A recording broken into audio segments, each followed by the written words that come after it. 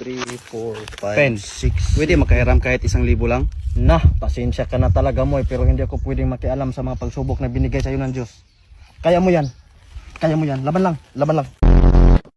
May pang-pansit na. Masarap ang pansit pag birthday, no? Correct. Papahaba ng buhay. Yung homemade na pansit. Oo, yung pambahay. Oo. With lots of cheese. Pansit? Ay, mali! Spaghetti pala yun! Sorry. Oh my God! Ang di magmahal sa sariling wika ay mahigit pa sa hayop at blank na isda. Okay. Ano po yung sagot Yan. mo? Tama kayo dyan. Tama. Ate, may itlog ka?